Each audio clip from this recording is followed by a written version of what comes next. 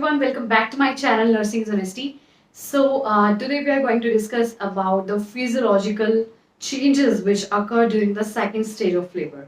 So जैसे कि आप टॉप ऑफ द बोर्ड पे देख सकते हो, टॉपिक है physiology of second stage of labour. तो आपने लेबर की 4 स्टेजेस स्टडी की होंगी. So the first stage is that of dilatation of the cervix. Okay. सो उसमें भी बहुत से फिजियोलॉजिकल चेंजेस अगर होते हैं बॉडी के अंदर. तो मैंने फर्स्ट स्टेज ऑफ लेबर की वीडियो अपलोड की हुई है, प्रोवाइड कर दूंगी in the description box, first stage of labour का. ओके, तो आज का टॉपिक हम स्टार्ट करते हैं.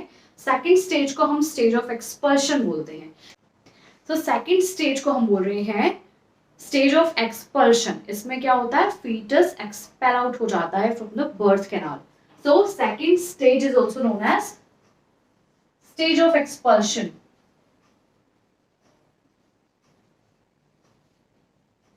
Okay, so the fetus is expelled through the birth canal in the second stage.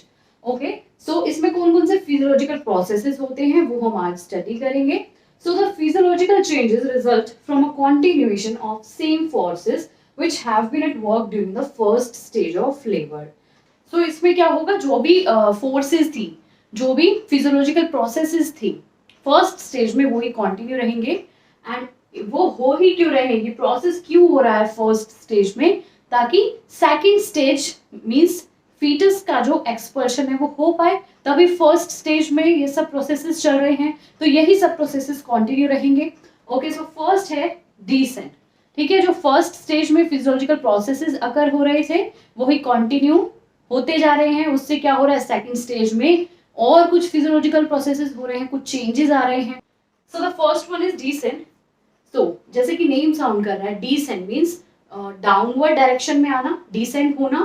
So descent of the fetal presenting part. तो बहुत से आपने प्रेजेंटिंग पार्ट स्टडी किए होंगे. तो जो भी डिसेंट हो रहा है प्रेजेंटिंग पार्ट का मींस फीटस का प्रेजेंटिंग पार्ट कुछ भी हो सकता है, which begin during the first stage of labor reaching its maximum speed. Means जो डिसेंट था वो तो फर्स्ट स्टेज में ही स्टार्ट हो गया था. फर्स्ट स्टेज में ही कुछ ऐसे चेंजेस आ रहे थे, यूट्राइन कॉन्ट्रैक्शंस आ रही थी. वो क्यों आ रही थी, ताकि जो फीटस है वो डिसेंट डाउन हो पाए. ओके, वो डिसेंट हो पाए, तभी तो ये सब फिजियोलॉजिकल प्रोसेसेस हो रहे थे. बट अब क्या हो रहा है सेकेंड स्टेज में, रीचिंग इट्स मैक्सिमम स्पीड. जो वो फोर्सेस थी, वो जो यूट्राइन कॉन्ट्रैक्शंस थी, उनकी जो स्पीड है वो इंक्रीज होती जा रही है. एंड स्पीड इंक्रीज हो गई है towards the first stage of labour. ये जैसा मैंने आपको बताया है, फर्स्ट स्टेज में ही ये सब चेंजेस हो रहे हैं. Continue through the second stage of labour until reaches the pelvic floor. तो जब तक जो फीटस है वो डिसेंट नहीं हो जाता पेल्विक फ्लोर तक, तब तक जो है ये प्रोसेस चलता रहेगा, कॉन्ट्रैक्शंस आती रहेंगी. तो ये कौन सा प्रोसेस है, डिसेंट. इसे हम बोलेंगे डिसेंट. तो ये कब स्टार्ट होता है, सेकंड स्टेज ऑफ लेबर में ये चेंज आता है. ओके, सो सेकंड देख रहे हैं. सो नेक्स्ट जो चेंज है वो है यूट्राइन एक्शन. सो यूट्रस में कुछ चेंजेस होंगे. यूट्रस जो है उसमें कॉन्ट्रैक्शंस आ रही हैं. Okay, so contractions during the second stage are strong. जो फर्स्ट स्टेज में स्टार्ट हुई थी वो कंटिन्यू हो रही है, बट इस बार सेकंड स्टेज में जो कॉन्ट्रैक्शंस है वो स्ट्रॉन्ग रहेंगी, फ्रीक्वेंट रहेंगी.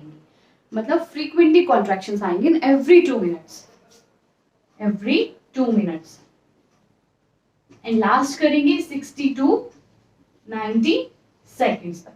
ओके, एवरी 2 मिनट्स के इंटरवल पर कॉन्ट्रैक्शंस आएंगी एंड 60 to 90 सेकेंड तक लास्ट कर रही है.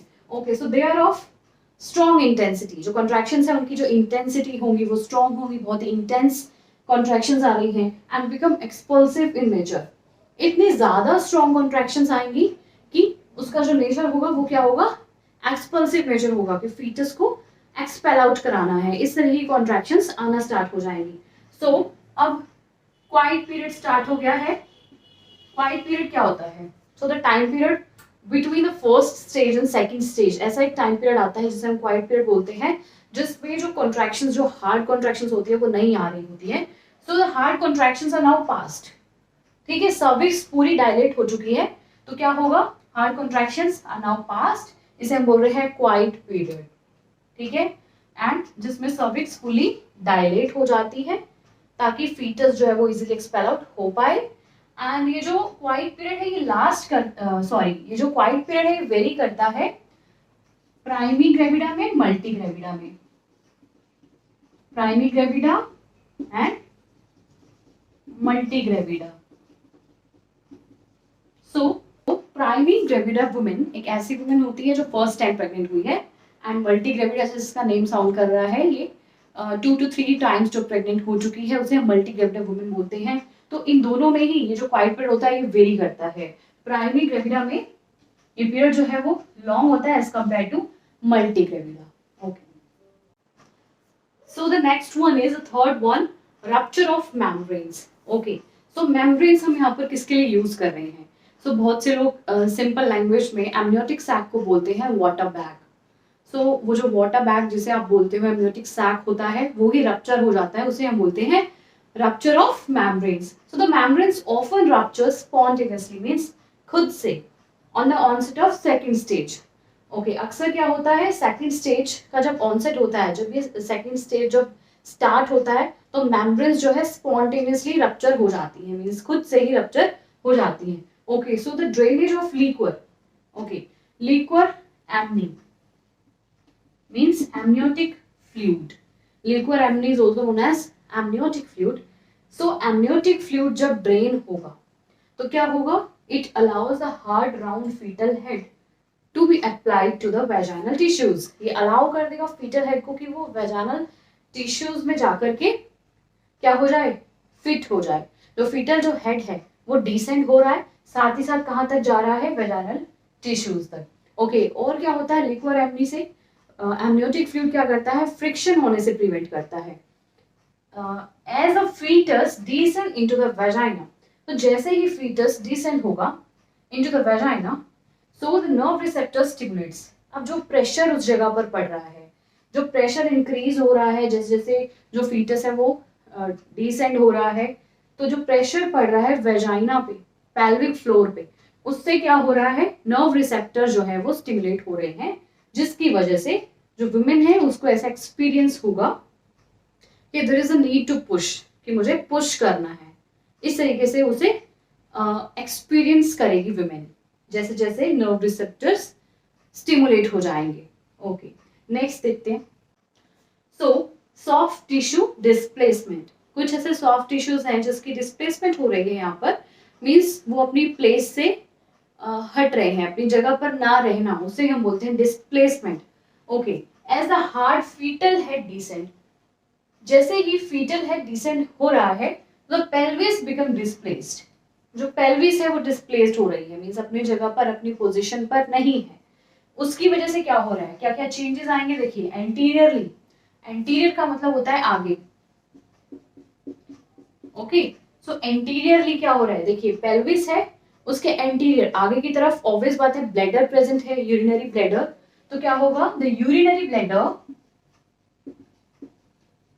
Is pushed upwards, okay, into the abdomen. तो जहां पर एब्डोमेन है वो एब्डोमेन के टुवर्ड्स क्या होगा? पुश हो जाएगा, मींस थोड़ा ऊपर की तरफ पुश हो जाएगा bladder. Okay, where it is less risk of injury during the fetal descent. इससे क्या होगा? जैसे ही ब्लैडर पुश हुआ अपवर्ड पोजीशन में, क्या होगा? जब फीटल डिसेंट होगा तो ब्लैडर को कोई भी इंजरी नहीं होगी। दैट्स व्हाई ये पुश हुआ, एक नॉर्मल प्रोसेस है।